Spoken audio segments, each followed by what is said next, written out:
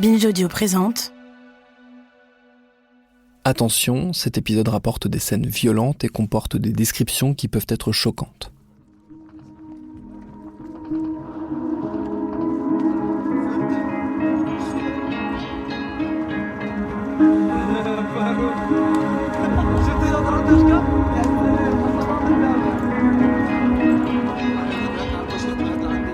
On se retrouve à Idlib, dans la campagne d'Idlib, chez des notables, très conservateurs.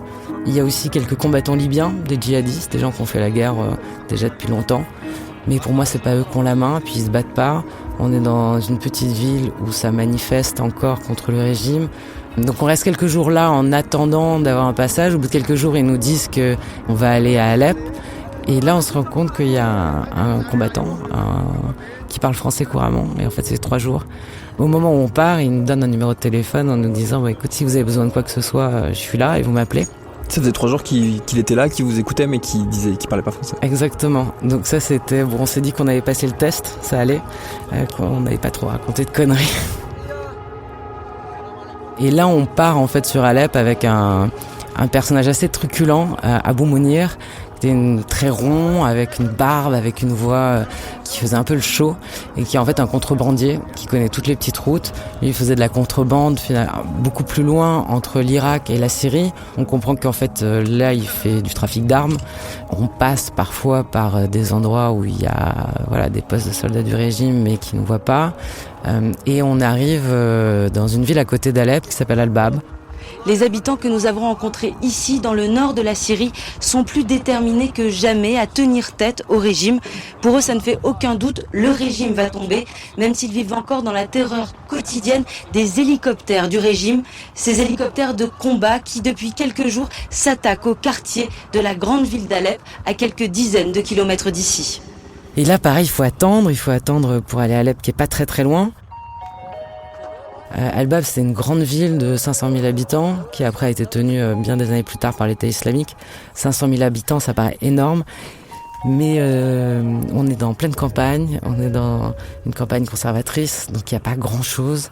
La ville vient d'être libérée du régime, donc il y a une grande photo de Bachar al-Assad qui est déchirée. Et à l'époque, ils avaient aussi très très peur d'être repérés par nos puces électroniques, des puces étrangères.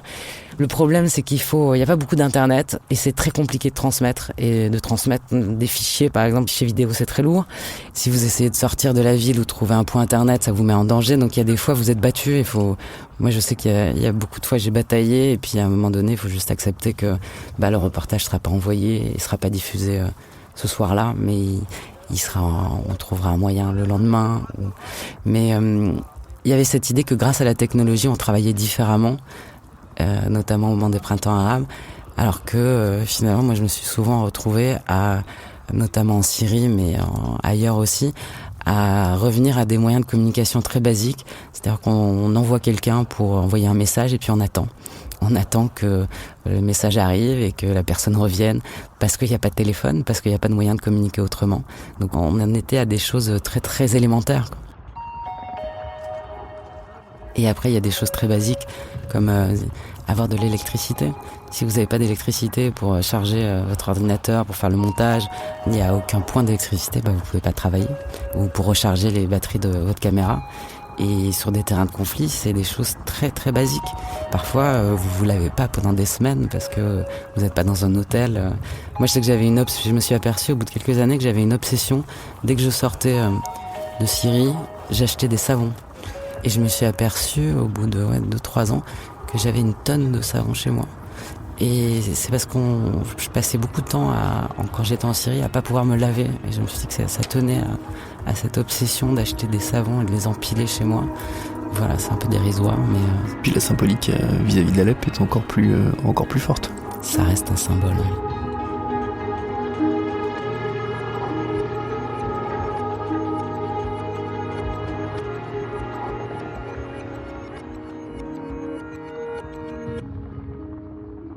Ce qui se passe quand il n'y a pas de réseau téléphonique, c'est qu'on utilise ce qu'on appelle une bigane. C'est un appareil satellitaire qui nous permet d'avoir de l'internet par satellite.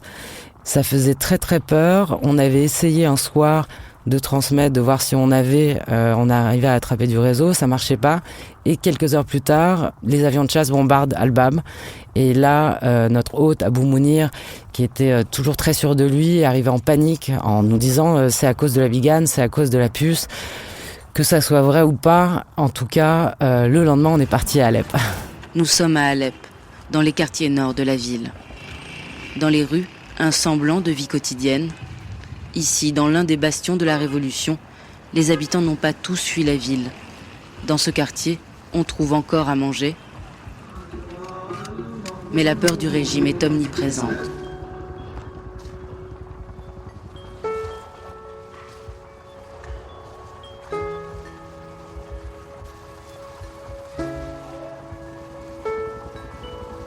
Donc le lendemain, ils nous présentent des jeunes mecs qui nous emmènent à Alep, qui sont armés. Et en fait, à Alep, la situation, c'est qu'il y avait effectivement il y a une offensive de cette armée libre qui s'est constituée.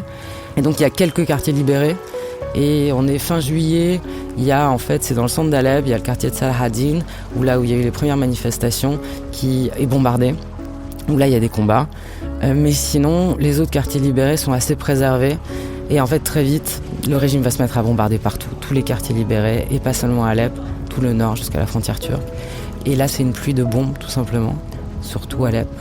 Donc des bombes qui tombent partout. Les hôpitaux sont ciblés. Toutes les infrastructures civiles, que ce soit les écoles, les boulangeries. Et oui, moi je reste de fin juillet à début septembre. Et à la fin du mois, j'ai l'impression de raconter toujours la même histoire. Voilà, les bombardements, des gamins qui sont blessés ou qui meurent, en faisant la queue pour la boulangerie, en rentrant chez eux. C'est... ouais. À Alep, le danger pour la population vient du ciel. Il est 10h ce matin et de nouveau le ciel bourdonne.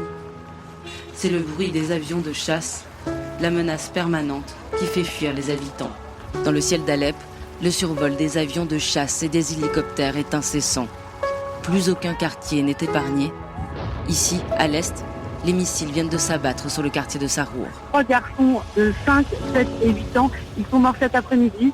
Il y a à peine quelques heures, j'étais chez eux dans leur appartement quand l'immeuble s'est effondré sous le coup d'une attaque aérienne ici dans le centre-ville d'Alep. Cette semaine, un déluge de bombes est tombé sur le quartier. Alors les habitants qui n'ont pas fui se terrent. Le cœur n'est pas à la fête. Ça fait bien longtemps que la population et les forces révolutionnaires ne comptent plus sur la communauté internationale pour venir les secourir face à l'armée du régime.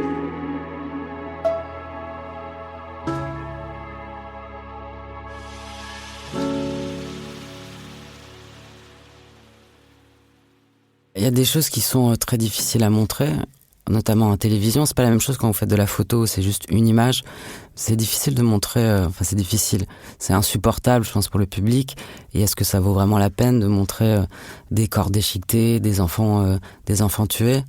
Moi, je sais que ma politique, c'est, sur les cadavres, c'est de humaniser les cadavres. C'est d'avoir, peut-être c'est un geste, il y a quelqu'un à côté. Mais ça sert à rien d'en mettre plus. Moi, je pense qu'une image, parfois suffit. J'aime pas cette expression où on considère qu'on est des vautours, qu'on se nourrit de la misère, qu'on se nourrit du malheur des gens qu'on va filmer. Il y a une fois à Alep, j'étais avec un confrère photographe et il y avait des gens qui cherchaient, il y avait des habitants, l'immeuble a été bombardé et en fait il y avait des familles qui avaient réussi à sortir, mais il y avait un petit bébé et une petite fille qui étaient restés coincés dans l'appartement et là il y avait toute la famille, les voisins qui étaient en train de creuser pour trouver les corps. Et mon confrère voulait absolument rester pour photographier les corps.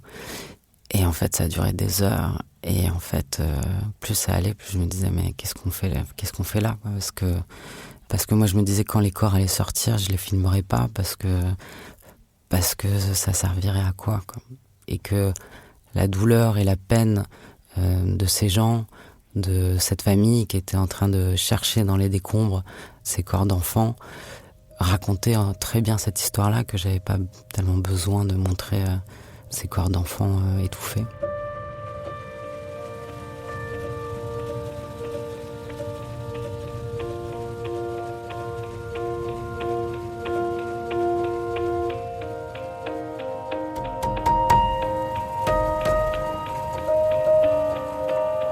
Il y avait mes confrères du Monde début septembre qui avaient écrit cette tribune, enfin cet article, qui s'appelle « À quoi servent les mots face au massacre d'Alep ?» qu'à un moment donné, face à un tel niveau de destruction, les mots venaient à manquer. Moi, les mots me manquaient pas, mais j'avais cette urgence de témoigner et de rester à raconter l'histoire. 2012, en fait, l'été 2012, on passe à une autre étape. On passe à une situation de guerre civile, de guerre entre deux camps. Jusque-là, et ça a mis beaucoup de temps finalement, pendant des mois et des mois, pendant plus d'1 an et demi, il y a ces manifestations, cette répression brutale du régime, mais le régime n'arrive pas à essouffler l'insurrection. Et l'insurrection va devenir armée, contrairement à ce que beaucoup de manifestants, d'habitants, de gens qui animaient ces réseaux, ils tenaient à ce que ça reste pacifique.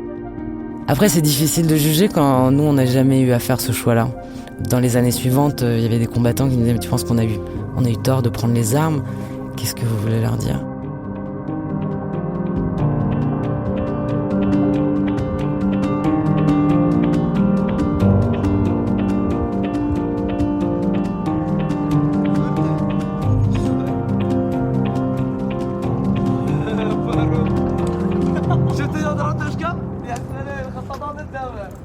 Ce qui était flagrant, c'était le déséquilibre des armes. Il y avait des gens qui savaient se battre plus que d'autres. Mais il y avait aussi, c'était des gens en tongs, en sandales, des vieux, des jeunes. La plupart savaient pas manier les armes. Et ils se prenaient des bombes, les avions, ils se prenaient des bombes toute la journée, quoi. Donc moi, j'ai de la chance de rencontrer des gens qui, après, vont toujours rester avec moi, ou en tout cas faire en sorte de savoir si je vais bien.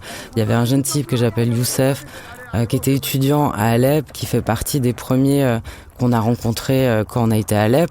Et même quand je suis pas avec lui, il fait quand même en sorte de savoir si je vais bien, donc je l'appelais mon ange gardien. Et lui va me présenter un chef de brigade que je vais filmer, qui s'appelle Noras, qui est pour moi un peu le profil typique de ces Syriens qui ont pris les armes. C'est un beau gosse, un peu à la Toubi Free, là. C'est pas du tout un militaire. En fait, il travaillait au Monoprix d'Alep à couper la mortadelle. Et à chaque fois qu'il me disait ça, il insistait bien sur mortadelle. C'était pas du tout un religieux. Il allait pas à la mosquée. Quand je lui demandais, mais pourquoi tu te bats? Il a dit, écoute, j'ai vu des hommes et des femmes pendus à un immeuble. Et là, je me suis dit qu'il fallait que ça s'arrête. C'est pour ça que j'ai pris les armes.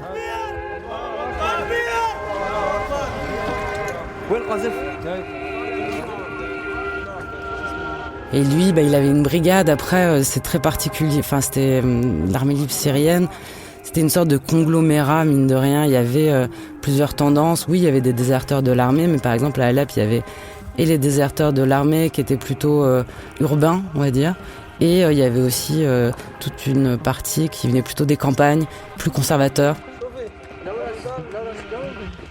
Après, ils n'étaient pas forcément très coordonnés ensemble. Il y avait une rivalité. Et par exemple, ils se louaient les armes, parce que tout le monde n'avait pas des armes.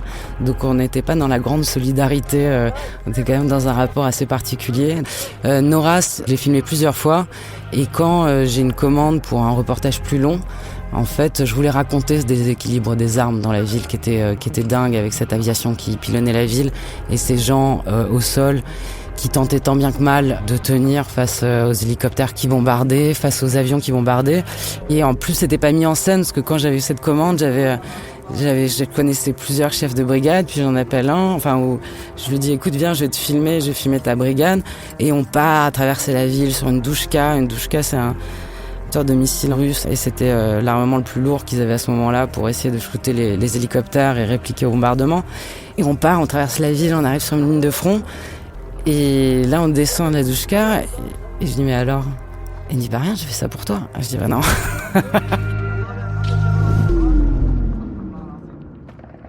Noras, il avait un truc naturel avec la caméra, il avait aucun problème avec ce qu'il faisait, il avait une vraie présence, et il me laissait tout filmer, il m'emmenait partout, et j'étais en sécurité avec lui, il assurait aussi forcément ma sécurité.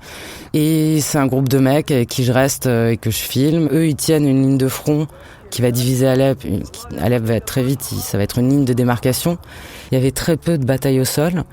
Un jour, des combattants viennent me chercher, ils me disent, Sophie, il y a une offensive, viens, il y a une bataille, viens. Et donc, je me retrouve toute la journée à filmer cette bataille au coin d'une rue. Et je sors avec cette scène cette journée de bataille qui est très spectaculaire. Et donc je vends ce reportage de cette scène de guerre, de cette bataille à TF1. Et puis en Syrie, une situation de quasi-guerre civile. À Alep, l'armée a effectué de nouveaux raids aériens, tuant plusieurs dizaines de personnes. Une journaliste française, Sophie Nivelle-Cardinal, vient de passer 15 jours dans la deuxième ville du pays. Voyez son reportage sur la ligne de front, un document exceptionnel, commenté par Michel Scott. Se servir du véhicule comme bouclier, tout faire pour secourir un camarade sans se faire tuer soi-même. Chaque astuce est bonne pour conjurer le sort. Les efforts cette fois-ci n'auront servi à ramener qu'un corps inerte. Zacharie est mort. Ahmed et ses amis de la Katiba vont le pleurer avant de repartir au combat. Il est l'un des 142 tués de cette journée en Syrie. Une journée comme les autres à Alep.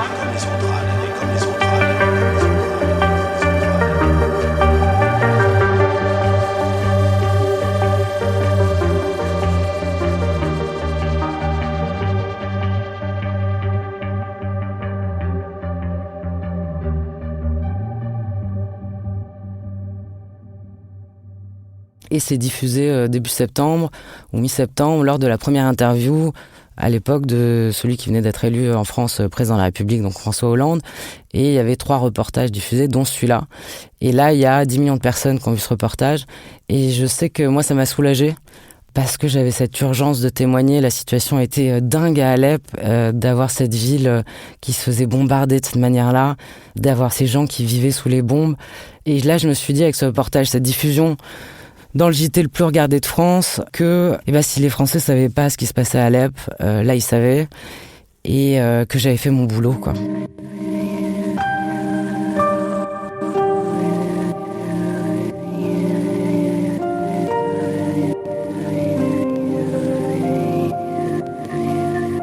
Après, je serai président de la République française. Il a vu ce reportage, ça n'a rien changé. Donc ça aussi, c'est une leçon d'humilité parce qu'en fait vous prenez beaucoup de risques pour raconter ces histoires-là, pour faire ces reportages. Et par exemple avec le conflit syrien, ça n'a rien changé.